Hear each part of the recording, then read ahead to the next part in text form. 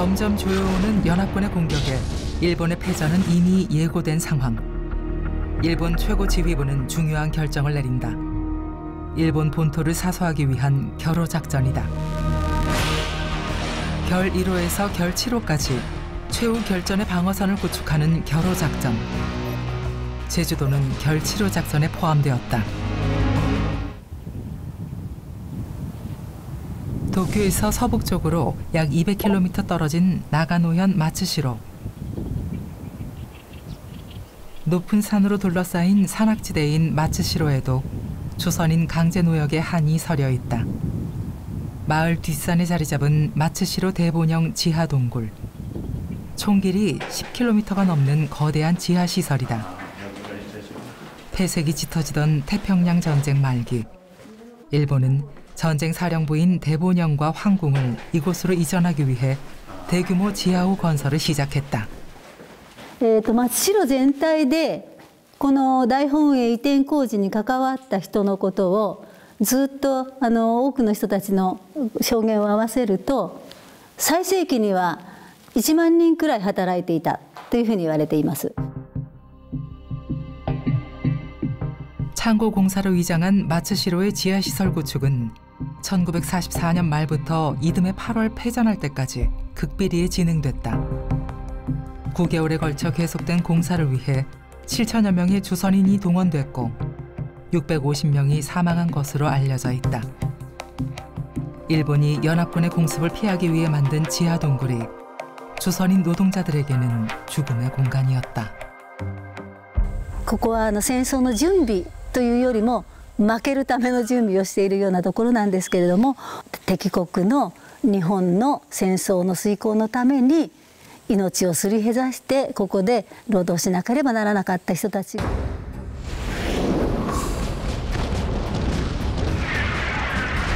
태평양 전쟁 말기, 전황이 불리해진 일본은 일본 본토를 향해 오는 연합군에 맞서 결사항전의 태세로 방어를 준비한다.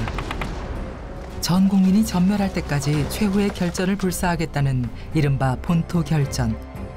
지하동굴은 마지막 항전을 위한 핵심 기지였다.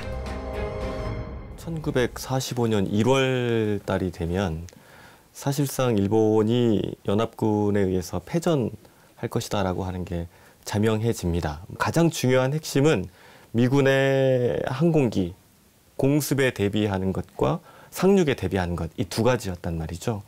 공습과 상륙에 대비하는 것이 모두 지하로 군 부대라든가 또는 군사 시설을 옮기는 것의 중심 포인트가 있었기 때문에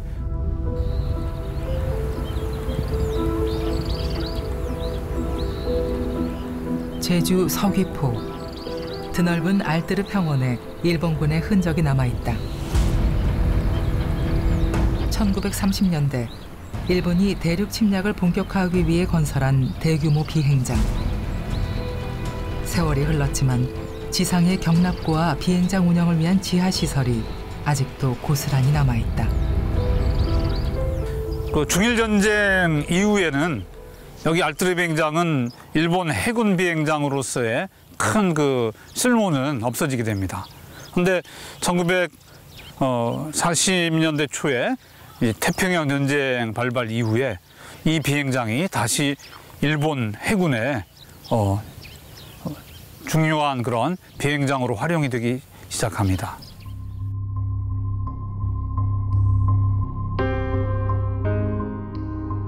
태평양 전쟁 이후 알뜨르 비행장의 역할이 커지면서 주변으로 군사 시설들이 속속 들어섰다.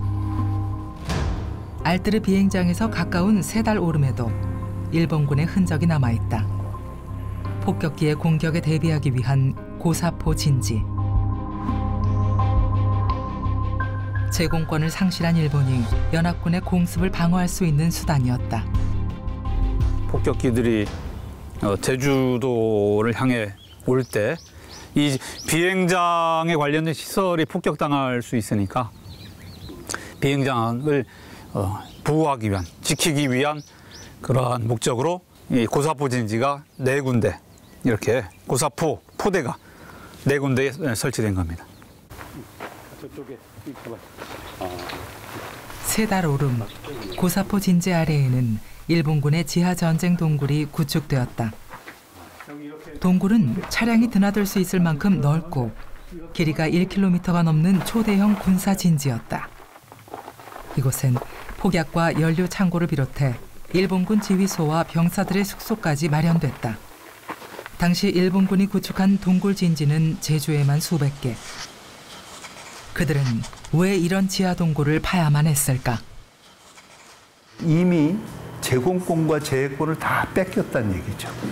그래서 제공권을 뺏기니까 전투기구, 폭격기구 간에 수시로 날아올 텐데 그게 한번 왔다 하면 그 사람들이 숨을 데가 필요합니다.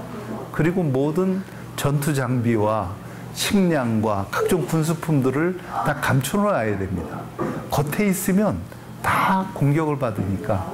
그래서 엄청난 수의 동굴이 필요했던 거죠. 점점 조여오는 연합군의 공격에 일본의 패전은 이미 예고된 상황. 일본 최고 지휘부는 중요한 결정을 내린다. 일본 본토를 사수하기 위한 결호 작전이다. 결 1호에서 결 7호까지 최후 결전의 방어선을 구축하는 결호 작전. 제주도는 결 7호 작전에 포함되었다. 미 해병대라든가 미 육군이 직접 본토에 상륙하는 것, 그 상륙 지점을 어디로 할 것인가, 미군의 고민이기도 하지만 사실은 그걸 방어해야 되는 일본 제국의 고민이기도 한 거죠. 그 지역으로 가장 유력했던 것이 지금 일본 4개 큰 섬 중에 가장 남쪽에 있는 큐슈, 그리고 큐슈에서 바로 위에 있는 제주도, 그리고 한반도 남서해안,